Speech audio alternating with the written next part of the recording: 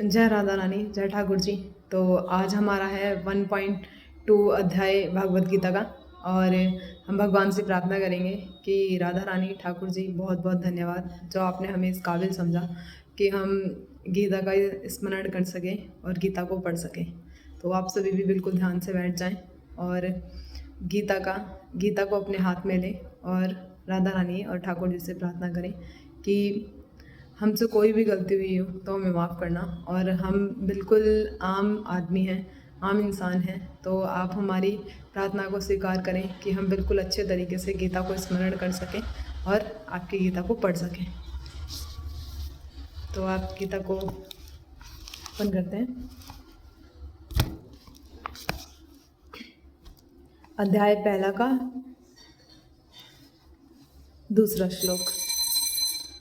संजय ने कहा, हे राजन, पांडुपुत्रों द्वारा सेना की व्यवरचना देखकर राजा दुर्योधन अपने गुरु के पास गया और उसने ये शब्द कहे।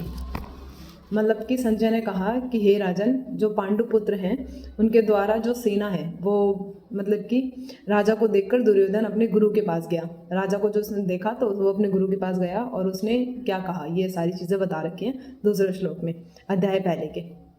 धृतराष्ट्र जन्म से अंधा था, दुर्भाग्यवश वह आध्यात्मिक दृष्टि से भी वंचित था। वह यह भी जानता था कि उसी के समान उसके पुत्र भी धर्म के मामले में अंधे हैं।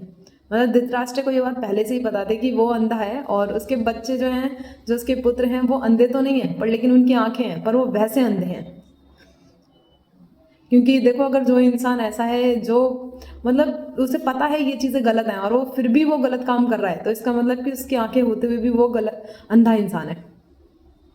जन्म से ही पवित्र थे, क्योंकि जो पांडवों के पुत्र थे, पांडवों के साथ कभी भी समझौता नहीं कर पाएंगे, क्योंकि पांचों पांडव जन्म से ही पवित्र थे। फिर भी उसे तीर्थ स्थान के प्रभाव के विषय में संदेह था, इसलिए संजय युद्धभूमि में स्थित के विषय में उसके प्रश्न के मांतव्य को समझ गया।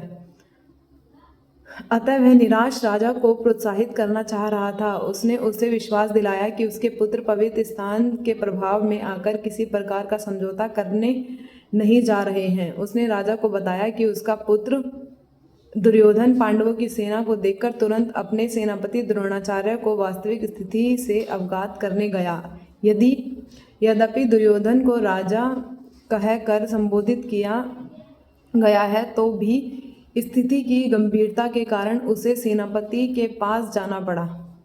अतएव दुर्योधन राजनीतिक बनने के लिए सर्वज्ञ उपयुक्त था, किंतु जब उसने पांडवों की व्यवरचना देखी तो उसका यह कूटनीतिक व्यवहार उसके भाग्य को छिपा ना पाया। कितनी अच्छी बात बोली है ना, कि अगर आप गलत हैं और अगर आप उस चीज़ को छुपा रहे हैं तब भी आप नहीं छुपा पाएंगे, क्योंकि गलत एक दिन सामने आ ही जाता है।